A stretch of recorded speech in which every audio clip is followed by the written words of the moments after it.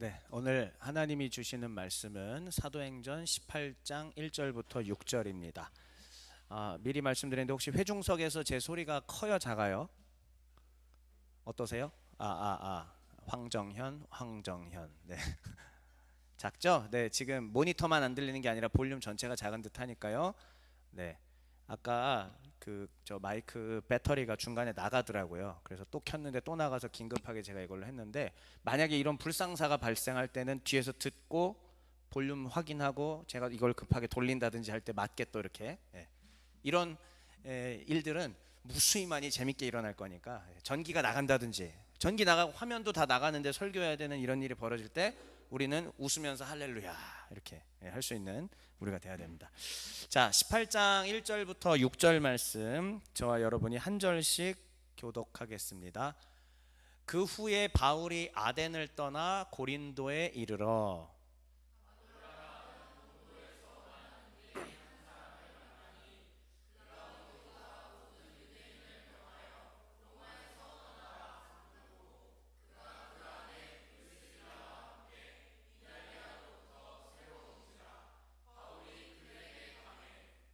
생업이 같으므로 함께 살며 일을 하니 그 생업은 천막을 만드는 것이더라.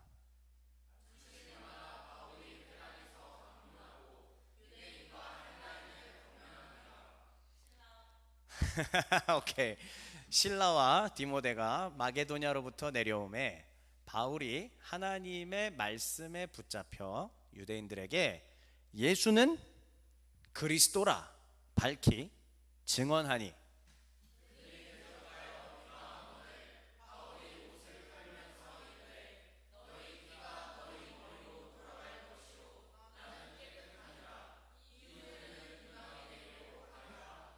아멘. 네. 이렇게 보셔가지고 제가 얼른 피했습니다. 오늘 제목은 사도행전 강론 5번째 시간이고요. 내 증인이 되리라 2번째 시간입니다. 우리는 현재 증인 시리즈 중입니다. 본래 제가 다음 주까지 증인 시리즈를 하려고 했었는데 이게 지금 하다 보니까 한 주 혹은 아예 마지막까지 연장이 될지도 모르겠다는 생각이 듭니다. 그거는 그때그때 또 하나님이 주시는 대로 흐름을 좀 이어가 볼 테니까, 일단은 지금은 증인, witness라는 하는 이 증인이 무엇인지, 그리고 나는 과연 증인의 삶을 살고 있는 것인지, 성경 사도행전에 바울을 비롯한 그의 동료들의 일대기를 들으며 보며 그들의 언행과 그들의 모든 사상을 한번 총망라해 보면서 배워가겠습니다. 이게 증인이구나. 이렇게 배워가도록 하겠습니다. 증인은 이런 특징을 갖고 있었습니다. 우리가 지난주에 봤던 화면에서 제가 살짝만 바꾼 건데요. 자, 증인은 1번. 자, 증인은 어떤 사람입니까? 1번에 있는 저 고난의 상속자 같이 읽어주세요. 시작. 네, 다시요. 증인은부터 쭉 1번 읽어주세요. 시작. 증 아니요, 여기까지. 예, 제목까지만. 증인은 누구냐?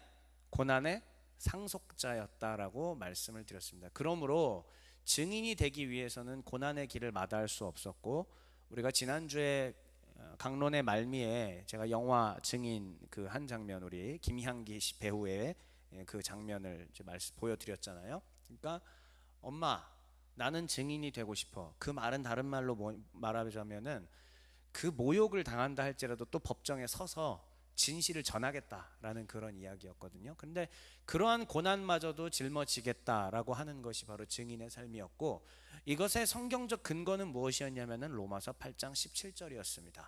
우리는 하나님의 자녀요, 자녀이면 또한 상속받는 자다라는 뜻이고요. 그러면 이 상속을 받을 때 뭐까지 상속을 받아야 되느냐? 고난도 함께 상속받는다. 그리스도께서, 예수께서 짊어지신 고난을 우리도 상속받아서 우리도 함께 고난의 길을 가야 됐다라는 것이죠. 오케이. 첫 번째, 증인은 고난의 상속자였다. 자, 두 번째 한번 읽어주시죠. 시작. 네, 증인은 진실이 은폐되는 것을 두고 볼 수 없던 사람입니다. 유대인들은 당시 메시아께서 오시면 유대 중심의 왕국이 새로 재편될 거라는 그러한 세상을 꿈꾸었습니다. 그러니까 그들의 메시아관으로 따르자면은 지금의 기독교가 말하는 것과는 전혀 다른 것이죠. 이것은 옳지 않다라는 것을 바울은 깨달았고, 바울 이외에 또 다른 제자들이 깨달았고, 하나님의 영을 받은 많은 증인들이 이것을 깨달았기 때문에 가만히 입을 닫고 있을 수 없었습니다. 그게 아니요라고 얘기를 할 수밖에 없었던 것이죠. 그게 아니다. 그래서 이 증인들은 어떤 사람이냐, 고난이 온다 할지라도 거룩한 폭로자가 되어 진실은 이것이 왜다, 내 비록 돌맞을지언정, 내 비록 이러한 모멸감과 침뱉음을 당할지언정, 그럼에도 불구하고 나는 거룩한 폭로자가 되겠다. 이것이 바로 지난 시간에 말씀드렸던 내용입니다. 오늘 이야기도 크게 다르지는 않습니다. 그런데 오늘은 2차 선교 여행 부분입니다. 지난 시간에는 1차 선교 여행이었고, 오늘은 2차 선교 여행의 과정들을 보고 고린도에서의 바울의 일대기를 잠깐 오늘 1절부터 6절 살펴본 것을 보면서 또 다른 증인의 특징을 한번 같이 보도록 하겠습니다. 그래서 오늘의 순서는 이렇습니다. 바울의 2차 전도 여행의 여정을 살피고, 그리고 본문을 본 뒤에 내 증인이 되리라로 다시 정리하도록 하겠습니다. 자, 바울의 2차 전도 여행 과정입니다. 1차 전도 여행은 지금 여기에 여러분들의 지도에 보실 때에 더베 루스트라 보이세요? 더베와 루스트라 보이시죠? 네, 그 일대를 갔었습니다. 그 아래에 이제 섬 하나 보이죠? 거기가 구브로 섬이고, 저 섬을 시작으로 해서 버가, 비시디아 안디옥, 이고니온, 루스트라, 더베, 그리고 더베에서 다시 루스트라, 이고니온, 비시디아 안디옥, 버가, 그리고 배를 타고 수리아에 있는 안디옥, 저 오른쪽에 있는 수리아 안디옥까지 다시 돌아오는 과정이 1차 선교 여행이었습니다. 1차 선교 여행의 성과는 무엇이냐면, 그를 통해서 처음으로 땅끝에 이방인들이 예수님을 믿기 시작을 하였고, 사도행전을 기록한 누가는 이것을 더욱더 극적으로 이렇게 표현해주고 있습니다. 저희가 성령을 받았다. 그냥 예수를 믿었다라는 표현으로 그친 게 아니라 저희가 성령을 받았다라고 분명하게 기록하고 있습니다. 성령을 받고 회개하고 그들이 예수를 믿었다라고까지 분명하게, 다시 한번 제가 3번이나 힘주어 반복해서 얘기합니다. 그렇게 말하고 있습니다. 그 일이 이방인들에게 있었는데, 자, 이제 그 다음의 여정들이 무엇이냐면은, 이제 오른쪽의 내용들을 보면은 맨 이 12시 부분에, 지금 글씨가 작아요. 제가 말씀드릴게요. 안디옥 인 시리아라고 써놨습니다. 수리아에 있는 안디옥에 다시 돌아왔어요. 자, 돌아온 이후에 바울과 그의 선교팀이 한 일이 무엇이냐면, 선교 보고를 해야 합니다. 선교 보고를 위해서 메인 센터인 예루살렘에 가요. 그리고 예루살렘에 가서 있었던 이야기들을 전해줍니다. 아, 이방인들이 예수님을 믿었다. 이방인들에게 성령이 임했다. 오케이, 그러면은 앞으로 우리에게 발생할 문제는 무엇인가? 유대인으로서의 풍습이 곧 기독교의 풍습이 돼서는 안 된다.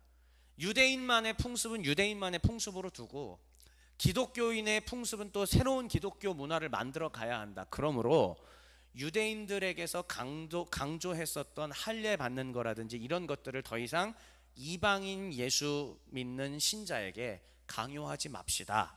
대신 몇 가지의 이 정도의 합의된 사항들 정도만 좀 지킬 수 있게 하자. 즉, 유대인들과 이방인이 서로 하나 되어 예수님을 주라 시인하려는 움직임들이 1차 선교여행 이후에 돌아와서 예루살렘 교회 가운데서 있었습니다. 자, 그 다음은 이제 어떻게 해야 될까요?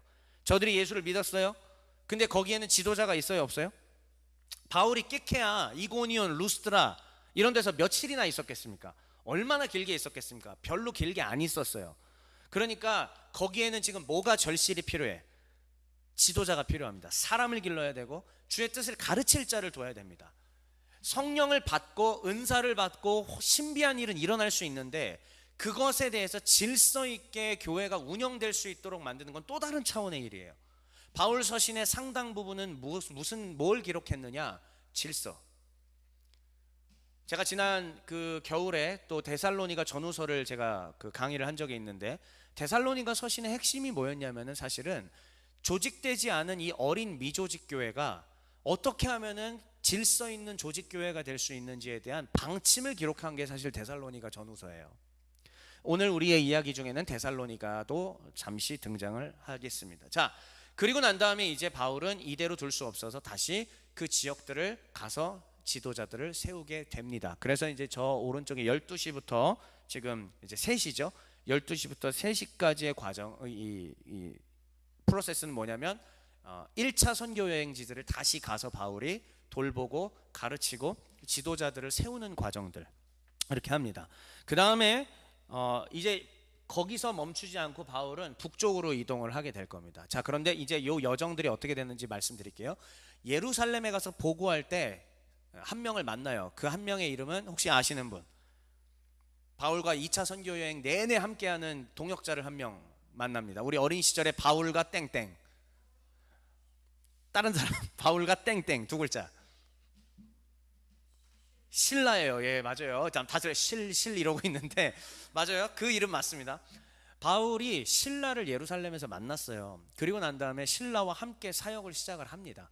자, 그러면은 바울과 신라가 서로 손잡고 가는데 이제 누구와는 작별? 1차 선교여행 함께 누구랑 했어요? 바나바랑 했죠. 근데 바나바랑 사이가 좋아 안 좋아? 별로 안 좋아. 왜요?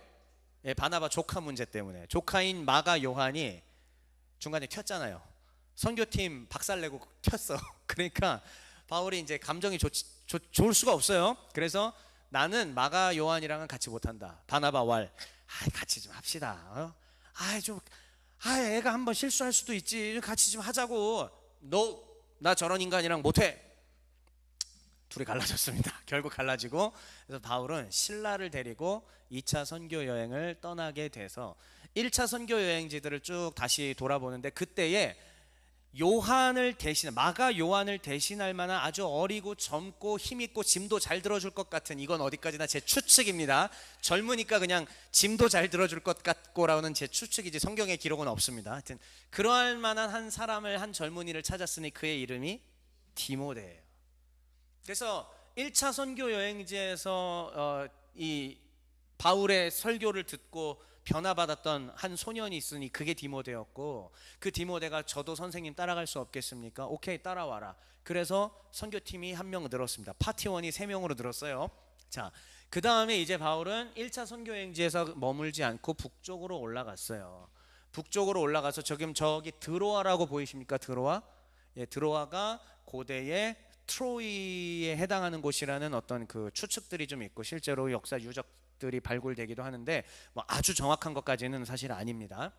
근데 이 드로아라는 곳에 바울이 있을 때 그곳에서 또, 이것도 추론입니다. 추측인데 확실한 사실을 기반으로 추측하는 겁니다.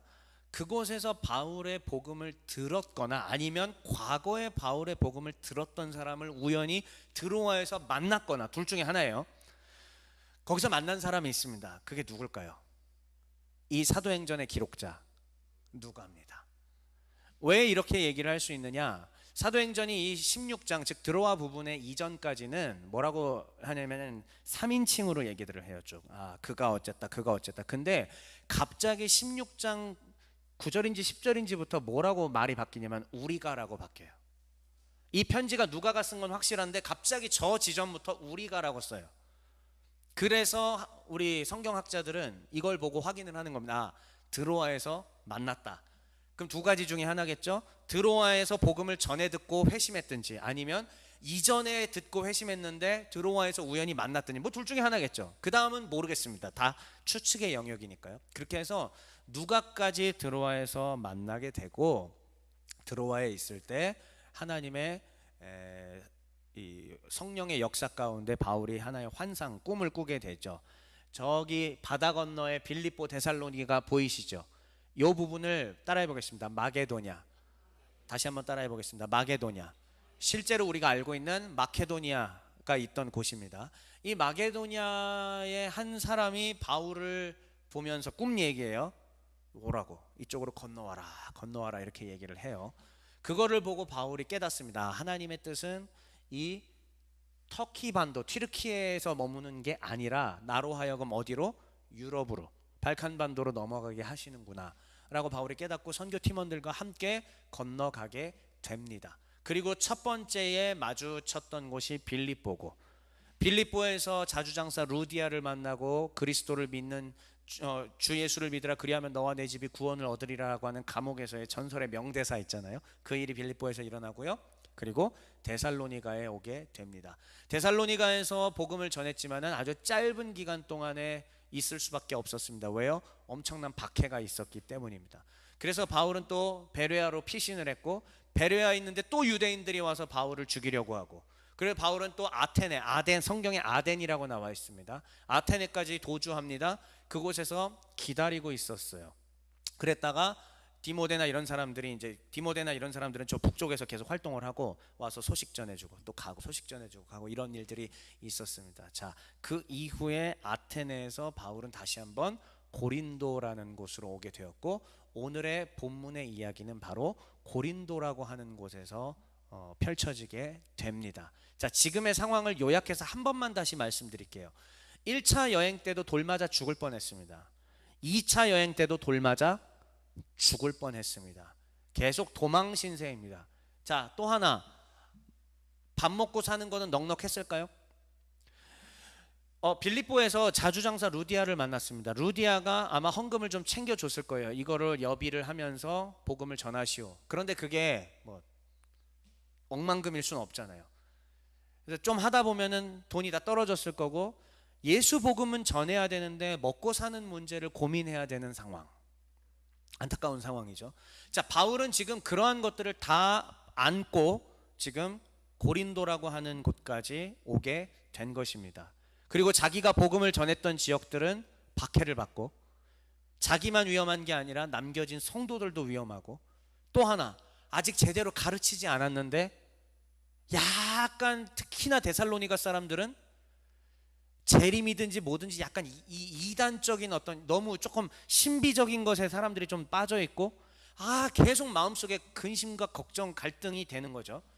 돈 없어서 배고파서 힘들고, 박해받아서 힘들고, 교인들 걱정돼서 힘들고, 이 세 가지를 다 안고 바울은 지금 고린도에서 머물고 있던 것입니다. 자, 이때에 성경 오늘 본문이 펼쳐지는 겁니다. 1절과 2절 한번 1, 2, 3절 다 읽어보겠습니다. 다시 한번 여러분들이 읽어주세요. 지금 상황 충분히 이해하셨죠? 이 상황 속에서 바울의 상황을 이해하며 읽어봅시다. 시작.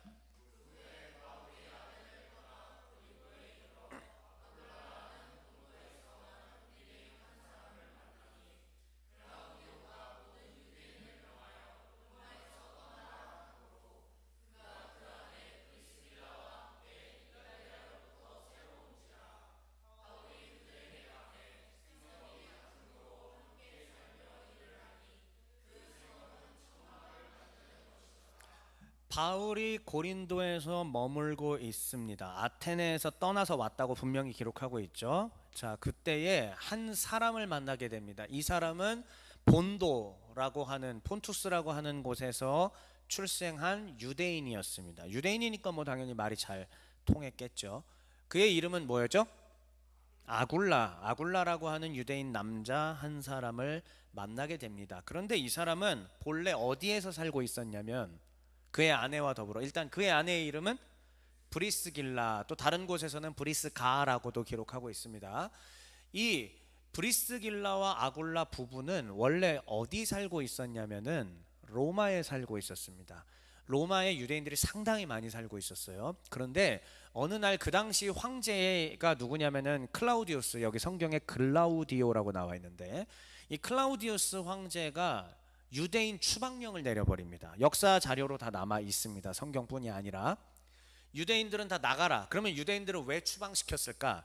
제가 일전에 우리 교회가 아니라 선교단체에서 말한 적이 있는데요, 로마 내에 살고 있는 유대인하고 그리스 사람들하고 더럽게 싸워요. 맨날 싸워. 그래서 사회 갈등이 일어나고 로마의 질서 유지에 문제가 좀 되니까, 이것들 안 되겠다, 다 나가. 그래서 유대인 추방령을 내려버립니다. 그게 지금 앞에 여기 네모 박스로 제가 로마에서 떠나라라고 이렇게 쳐놨죠. 클라우디우스 황제가 저 명령을 내립니다. 그래서 그때 아굴라랑 브리스길라 부부도 어쩔 수 없이 로마를 떠나서 어디 가서 살지 이러고 있는데, 그때 흘러 하나님의 섭리 가운데 오게 된 곳이 어디인가? 바로 고린도였던 것이죠. 그가 우연히 간 것 같지만 하나님은 바울과 이 부부를 만나게 하기 위해 뒤에서 보이지 않는 손으로 작업하셨음을 믿습니다. 이것을 우리는 하나님의 섭리라고 이야기를 합니다. 하나님의 섭리 가운데 이 두 사람이 먼저 만나고 그의 아내까지 인사를 하게 되었겠죠. 더 놀라운 섭리가 숨겨져 있습니다. 둘이서 하는 직업이 같아요. 먹고 사는 문제가 똑같은 것이었었습니다. 자, 여기서 장막, 천막을 만드는 것이라고 했는데 우리가 알고 있는 그런 천막 생각하면 안 됩니다. 조금 더 전문적으로 가죽을 다루고 이렇게 해서 그 당시에 고급 건축하는 우리 신성도님이 하는 그런 일이라고 보시면 됩니다. 예. 그냥 단순히 천막 휙 치고 이게 아니에요. 전문적인 기술을 갖고 집을 만들던 사람. 예, 그 사람이 바로 바울이요 아굴라 부부의 일이었던 것이었습니다. 다시 한번 오른쪽 화면을 보면서 바울의 상황을 한번 점검해 볼까요? 박해와 거절감에 의한 힘겨움이 있었습니다. 그리고 생계를 유지하면서 이 일을 해야 되는 힘겨움이 그에게 있었습니다. 그때의 아굴라 부부를 만나게 되었는데 놀라운 것은 이 아굴라 부부가 평생을 바울의 동역자로 정말 평생 그를 지원하면서 함께, 심지어는 브리스길라는 더 나아가서 머리도 똑똑했던 것 같아요. 이 브리스길라는 교회 내 여성 지도자로서 멋지게 말씀을 가르치는 일들을 감당했던 것으로 보입니다. 함께 노동하고 함께 벌고 함께 생계를 유지하는 운명 공동체요 가족 공동체로서 교회를 이루어 복음을 전하며 살아갔던 것이었습니다. 자, 다음 화면입니다. 이때에 이제 4, 5, 6절 그 다음 이어지는 이 스토리를 한번 주의 깊게 한번 살펴보십시오. 4, 5, 6절 읽겠습니다. 시작.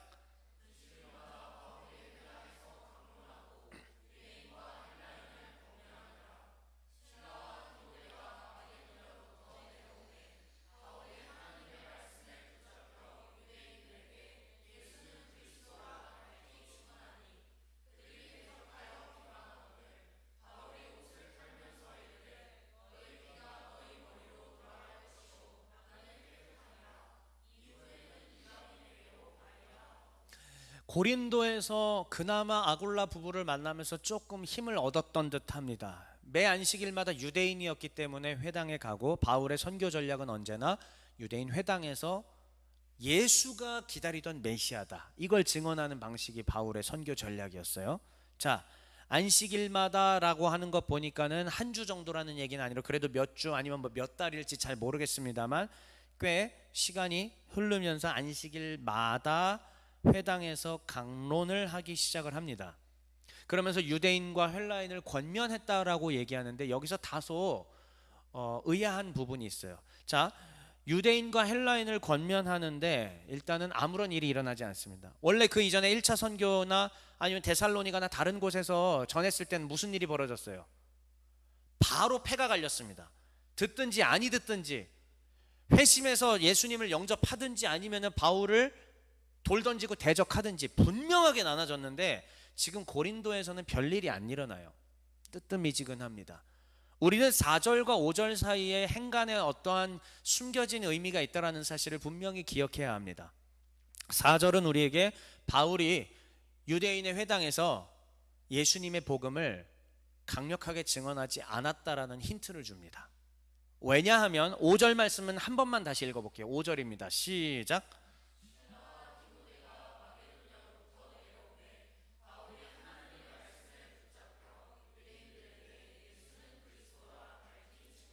실라와 디모데, 즉 그의 선교팀이죠. 실라와 디모데가 저 북쪽에 지도가 없어졌군요. 자, 아까 봤던 북쪽의 마게도냐, 즉 데살로니가와 베레아가 있는 빌립보가 있는 그 지역에 이들은 남아서 사역을 했던 거예요. 말씀을 전하고 몰래 가르쳤겠죠, 점조직처럼. 자, 그런데 이들이 이 고린도까지 내려오게 된 겁니다. 내려와서 그냥 내려왔다라고만 얘기하고 있는데 그냥 내려온 것으로 끝난 건 아니겠죠. 반갑다고 끌어안고 이야기하고 마게도냐는 좀 어때? 그랬을 때 실라와 디모데가 얘기해 줬겠죠. 마게도냐는 이러합니다. 그랬는데 자, 그 다음에 바울이 어떻게 됐어요? 노란색 형광펜? 오케이. 무슨 일이 일어난 거예요 지금? 이게 행간에 숨어진 의미입니다. 이 안에는 무슨 일이 일어난 것이고 그리고 났더니 갑자기 바울이 유대인들에게 뭐라고? 예수는 메시아다, 그리스도다. 그리스도는 헬라어, 메시아는 히브리어, 똑같은 말입니다. 예수는 뭐다? 메시아다, 크리스토스다 라고 분명하게 갑자기 외치기 시작을 해요. 여러분, 무슨 일이 있었을까요? 그 무슨 일이 있었던 것을 지금 간단하게 얘기해 드리겠습니다. 자, 오른쪽에 갑자기 전투력이 상승하는 바울이라고 제가 표현을 해놨잖아요. 무슨 일이 있어서 그가 전투력이 상승했을까? 아마 이런 내용이었을 겁니다. 마게도냐의 지역의 교회들이 살아 있습니다. 마게도냐의 교회들은 이단에 빠지지 않았습니다. 당신이 뿌린 씨가 헛되지 않았습니다라고 증언했을 겁니다. 빌립보 교회가 잘 살아 있습니다. 루디아가 지도자가 되어 여전히 복음을 전하고 있습니다. 데살로니가에 있는 지도자들이 아직 지도자라고 얘기하긴 못하지만 그래도 조금씩 성장해서 함께 말씀을 나누는 지도자들이 되어가고 있습니다. 그들이 여전히 예수님을 믿고 여전히 그리스도의 날을 꿈꾸며 살아가고 있습니다. 여러분, 사역자에게 죄송합니다. 사역자의 모두로 한 번만 설명을 좀 드려볼게요. 아무리 힘들고 어렵고 그래도 정말 사역하다가 여러 모멸감과 이런 것을 당한다 할지라도 갑자기 성도가 믿음 안에서 온전히 섰다, 그가 은혜를 받아서 하나님의 뜻대로 살아간다라는 한마디 들으면 갑자기 다 내던지고 그냥 할렐루야 하고 뛰어들 수 있는 게 사역자입니다. 그것을 위해서 살아가는 거예요. 딴 거 없습니다. 저도 마찬가지입니다. 세상에 억만금을 준다 하면 좋은 호텔에 가서 비싼 거를 먹고 스위트룸은 이용할 수 있지만 그것도 하룻밤일 거예요. 만족이 없습니다. 저에게는. 사역자인 저에게 가장 큰 만족은 여러분 한 명 한 명이 그리스도의 전사로, 그리스도의 복음에 사로잡힌 사람으로 나 혼자 예수 믿는 것으로 그치지 않고 새로운 생명을 낳게 되면 내 완악한 모든 것들이 깨어지고 그리스도를 진짜 주라 시인하며 살아가는 모습을 보면 다 필요 없습니다. 전투력 상승입니다. 저도 바울에게 그런 일이 있었던 듯 합니다.